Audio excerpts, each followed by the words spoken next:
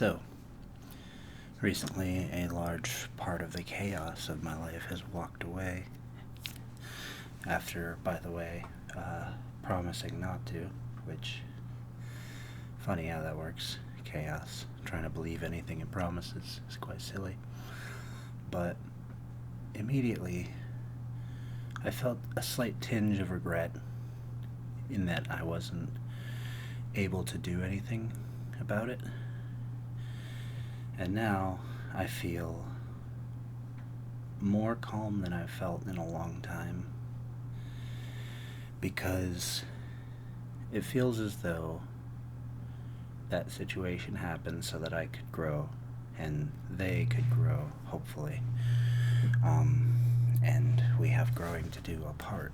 I've thought this for a while now, but I still wanted to be active in their life, but they've chosen not to let me be.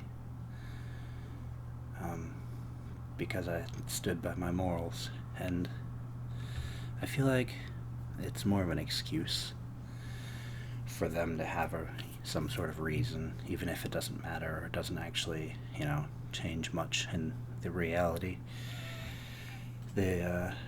What they try to change is their view of the world because their view often doesn't align with other people's view of the world, which I'm not asking anyone to have that, but a preconceived notion of the world is that if two people are playing the same game, they both have to understand the same set of rules. So if one person is taking a pawn in chess and treating it like it's a queen from chess, that's just not the same game. I mean, unless you already agreed to those rules beforehand.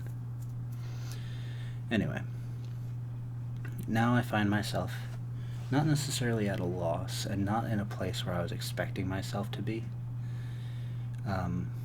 Perhaps it's because I saw it coming. All the signs were there, and things tend to work out a very specific way. For me, at least. And for most people, if they allow it to, but they tend to fight against it. And so, now that I'm in a situation where I've been learning how to see where and how things move, things have gotten a lot better. Because it's not, you're not attached to anything, it's that you can see things come and go as they will, and realize that you don't have to necessarily put forth as much energy towards certain things as you would normally want to, because it's overkill, and overkill is unnecessary in any element of nature. Like, a fox doesn't go hunting a possum or whatever and then tear it to absolute shreds before they start to devour. Now they kill it quickly and efficiently, and then they start digging at whichever pieces are the best and leave whatever else for the lower order species. The point here being, I don't think I did anything wrong, and I don't think most people think I did anything wrong.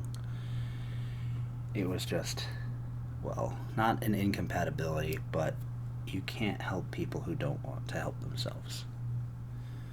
Even if you want to help them with everything that you have, the ability to step back and say, okay, this is what they're doing, this is the behavior they're exhibiting, this is the amount of effort they've put towards this thing, this is the amount of effort they put towards this other thing, and realizing that they're trying to do things to hurt themselves, and they're trying to push people away, and they don't see the results they're expecting, so they run away on their own because they can't get the pain they're expecting to happen,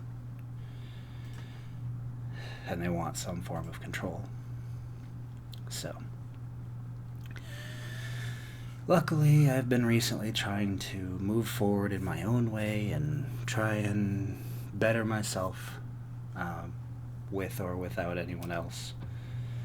I've more or less reached a plateau, as I always seem to do, but yet I'm still making progress, just in subtler ways than I had really anticipated originally.